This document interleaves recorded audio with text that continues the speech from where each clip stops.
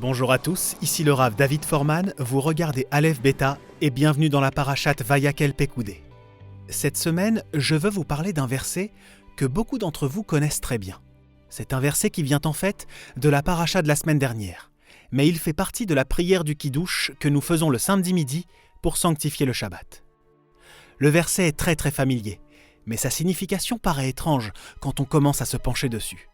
Voici le verset. Veshameru bnei Israël et Shabbat. La asot et Shabbat les dorotam beritolam. Les mots ont l'air simples, mais ce n'est pas évident de les traduire en français. Veshameru bnei Israël et Shabbat. Pour l'instant, ça va. Les enfants d'Israël garderont le Shabbat, ils observeront le Shabbat. Mais c'est là que ça devient difficile. La asot et Shabbat, pour faire le Shabbat. Les dorotam beritolam, pour leur génération, pour toujours. Qu'est-ce que ça veut dire ? Tu devrais garder le Shabbat pour faire le Shabbat ? C'est presque absurde et limite comique. Si on me dit « tu dois garder le Shabbat », t'assurer que tu ne transgresses aucune de ces lois, alors je comprendrai ce que ça signifie. Je ne dois faire aucun travail interdit le Shabbat. Mais ça veut dire quoi ? Garde le Shabbat afin de faire le Shabbat. C'est vrai, dans notre façon de parler, on dit « Hé, est-ce que tu fais Shabbat ?» Mais on ne s'imagine pas que c'est comme faire littéralement le Shabbat. C'est comme fabriquer le Shabbat. Le Shabbat n'est pas quelque chose qu'on fait. Le Shabbat est là, c'est un point dans le temps. Notre travail est juste de nous assurer qu'on ne transgresse aucune de ces lois. C'est ainsi qu'on respecte le Shabbat. Mais faire le Shabbat, et surtout le faire en le gardant, qu'est-ce que ça veut dire ? Bon, je pense qu'on pourrait avoir une idée de réponse si on prend un peu de recul et qu'on se concentre sur toute la deuxième moitié du livre de Shemot et sa structure. La paracha de cette semaine termine le livre de Shemot. Quel meilleur moment pour prendre ce recul sur ce qu'on a lu ces semaines dernières. En regardant la deuxième moitié du livre de Shemot, voici la structure qui semble émerger. Je l'ai mentionné brièvement l'année dernière dans notre vidéo de la parachate Pekudei. Il y a un chiasme ici, une structure en atbash. Le premier élément reflète le dernier élément. Le second est en miroir avec l'avant-dernier. Le troisième avec l'avant-avant-dernier, etc. Tous convergent vers un centre. On a déjà parlé de chiasme auparavant. On a parlé la semaine dernière d'un chiasme qui s'étendait sur 5 ou 6 versets. Le chiasme ici est énorme. Il s'étend sur des centaines et des centaines de versets. Il est très élaboré, sublime et absolument fascinant. Il se compose de près de 250 éléments. Pour les anglophones d'entre vous qui voudraient regarder ce chiasme dans les moindres détails, je vous renvoie à la série du Vaudor et ses suites sur le site Aleph Beta en anglais. Vous trouverez aussi des éléments dans la vidéo de la parachate Pekudei de la première saison en français. Mais permettez-moi ici de vous donner quelques-unes des idées de base de ce chiasme pour ensuite examiner ses implications avec vous. En quelques mots, si vous allez à la toute fin de la parachate Mishpatim, qui est à peu près au milieu du livre de Shemot, vous trouverez l'histoire de Dieu descendant dans une nuée en se révélant à Moshe et au peuple d'Israël. La nuée est au sommet du mont Sinaï et recouvre la montagne. Ensuite, on passe directement à la parachate Teruma, puis Tetzavé, qui traite de la construction du Mishkan, le tabernacle. Les lois du tabernacle nous emmènent jusqu'au milieu du chapitre 31, où tout d'un coup, on tombe sur ce petit intermède sur le Shabbat. C'est de là que viennent les versets dont je vous parlais. Et juste après, on arrive à l'épisode désastreux du Vaudor. Le Vaudor et ses conséquences constituent le reste de la parachate Kitissa. Puis, parachate Vayakel. Qui trouve-t-on ? On retrouve le Shabbat une fois de plus au début du chapitre 35. Après le Shabbat, le reste de notre parachate Vayakel Pekudei est consacré à la construction réelle du Mishkan, le tabernacle. Les lois concernant sa construction étaient présentées plus tôt dans Teruma Tetzavé. Et maintenant, dans Vayakel Pekudei, on a la construction concrète. Et, à la toute fin de Pekudei, on retrouve un petit paragraphe qui parle d'une nuée. Une fois de plus, mais cette fois, la nuée de Dieu n'est plus au sommet de la montagne, elle est en bas, couvrant le tabernacle.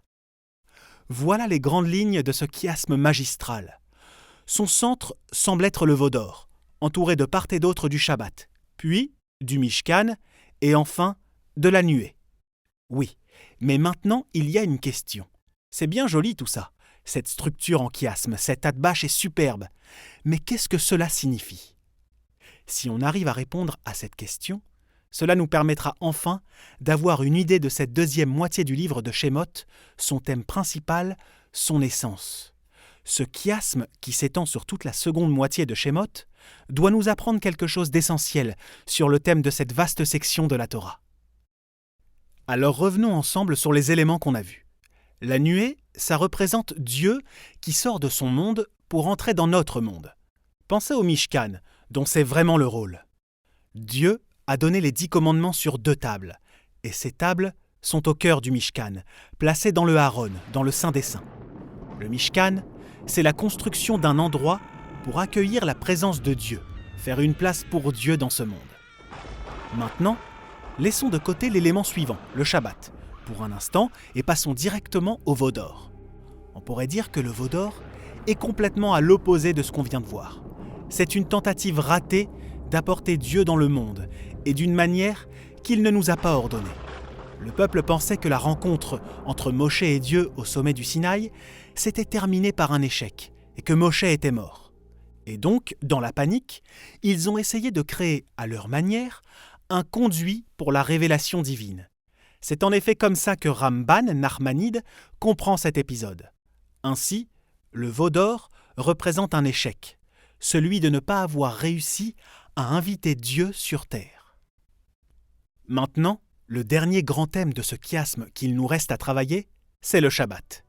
Quel rapport entre le Shabbat et les autres éléments du chiasme ? Aurait-il un lien avec la place de Dieu sur terre ? Et si oui, quel rapport entre le Shabbat et le Mishkan ? Il y a un joli petit livre sur le Shabbat, écrit par Avraham Joshua Heschel et qui s'intitule simplement « The Shabbat ». Sa thèse centrale est que le Shabbat est un endroit pour Dieu. C'est un endroit pour Dieu dans le temps. Son argument essentiel est que ce que le Mishkan est à l'espace, le Shabbat l'est au temps. Dieu a une place particulière dans ces 2 dimensions, qui lui sont en vérité étrangères, si l'on peut dire. Car Dieu n'a pas besoin d'espace, Dieu n'a pas besoin de temps. Ce sont ses propres constructions, dans l'unique but de permettre aux êtres humains d'exister. Mais après avoir créé le monde, Dieu veut une petite résidence secondaire, une place pour lui-même dans l'espace et dans le temps. On peut le voir dès le tout début de la Torah. Après les 6 jours de la création de l'univers, il y a le 7e jour, un jour que Dieu prend pour lui-même. Dieu met de côté ce jour-là, il le bénit et s'y repose. Pensez à l'opposition entre repos et travail. Quand on travaille, on est trop occupé pour être là. Mais quand on se repose, on est là. Dieu est là, à l'intérieur du 7e jour. Que se passe-t-il juste après ce 7e jour, qui est le jour de Dieu ?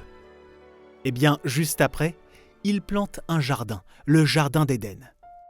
Au tout début, Dieu avait une place pour lui-même dans le temps, et Dieu avait une place pour lui-même dans l'espace. Nous avons finalement été exilés du jardin. Nous ne pouvions plus être là avec lui après avoir mangé de l'arbre de la connaissance. Mais depuis lors, la mission qui nous a été donnée est devenue claire. Recréer cela pour lui. Au début, Dieu a fait cela pour lui-même, une place dans l'espace, une place dans le temps. Maintenant, à nous de le faire pour lui. Nous créons une place dans l'espace, un Mishkan, et nous créons un lieu dans le temps, le Shabbat. Mais ce n'est pas fini. Il y a une chose absolument fascinante. Comment construit-on le Mishkan ? On le construit à travers le processus d'une mélacha, un travail créatif, un ouvrage manuel. C'est le mot que la Torah utilise pour décrire la construction du Mishkan. Mais c'est aussi le mot que la Torah utilise pour décrire les actions auxquelles nous devons renoncer le Shabbat. Observer le Shabbat signifie ne pas faire de mélacha, ce qui conduit à une conclusion hallucinante. Revenons à ce verset déroutant. Veshameru bene Israël et à Shabbat. Israël doit observer le Shabbat. Il doit observer le Shabbat en restant loin de la mélacha. Dans quel but ? Que se passe-t-il quand on agit ainsi ? La Hassot est à Shabbat. Cela crée le Shabbat. Le Shabbat n'est pas une chose statique dans le temps. C'est un jour de repos. C'est Shabbat que parce qu'on se repose. Si faire une mélacha est la façon de construire le Mishkan, alors s'abstenir de faire une mélacha est la façon de construire le Shabbat. C'est comme ça que l'on fait Shabbat. Le Shabbat est quelque chose qui se construit par notre observance. Maintenant, allons un peu plus loin dans cette réflexion. Pourquoi est-ce que ça doit être comme ça ? Si Shabbat est au temps ce que le Mishkan est à l'espace, pourquoi est-ce qu'il faudrait que la façon de construire dans l'espace soit la même que celle de construire dans le temps? Pourquoi y a-t-il une relation inversée entre ces deux éléments? Voici une théorie personnelle. Peut-être que cela a à voir avec la nature du temps et de l'espace en eux-mêmes. Au cours des 100 dernières années, la science nous a appris que le temps et l'espace eux-mêmes ont une fascinante relation inversée l'un avec l'autre. La célèbre théorie de la relativité d'Einstein parle de la relation entre le temps et l'espace et paraît parfois déroutante. Une des choses qu'elle nous dit, c'est que plus vite vous traversez l'espace, plus vous traversez le temps lentement. Quand vous allez en mouvement à travers l'espace, plus vite vous allez, plus vous vous rapprochez de la vitesse de la lumière, plus vous allez lentement dans le temps. Le temps ralentit pour vous. Aussi folle qu'elle puisse paraître, cette hypothèse a en fait été vérifiée et jugée vraie. 2 horloges atomiques incroyablement précises ont été prises. L'une a été laissée au sol, l'autre a été placée dans un Boeing 747 et a volé pendant des heures et des heures, faisant un voyage entier autour du monde. Lorsque les horloges ont ensuite été comparées à nouveau, celle qui s'était déplacée à seulement 800 km/h, c'est-à-dire juste une petite fraction de la vitesse de la lumière, avait effectivement ralenti par rapport à l'autre horloge. Le temps était allé plus lentement pour elle, et plus vite on va, plus cet effet se fait sentir. Cela mène à ce qu'on appelle parfois le double paradoxe. Pour les fans de science-fiction, Orson Scott Card en parle dans son livre « La stratégie Ender ». Mais ce paradoxe vient vraiment de la science et non de la science-fiction. Si on prend 2 jumeaux et qu'on en laisse un sur Terre et qu'on envoie l'autre dans un vaisseau spatial qui va très vite et s'approche de la vitesse de la lumière, ce vaisseau pourrait voyager pendant 50 ans et en revenant sur Terre, le jumeau qui était dans le vaisseau n'aurait vieilli que de quelques jours, tandis que son jumeau resté sur Terre serait plus vieux de 50 ans. Plus vite vous traversez l'espace, plus vous traversez le temps lentement. Le mouvement à travers l'espace est l'inverse du mouvement à travers le temps. Alors peut-être qu'il n'est plus si surprenant que la manière de construire un endroit pour Dieu dans l'espace est de faire une mélacha, et que la manière de construire cet endroit dans le temps est justement de s'abstenir d'en faire. Shabbat Shalom à tous.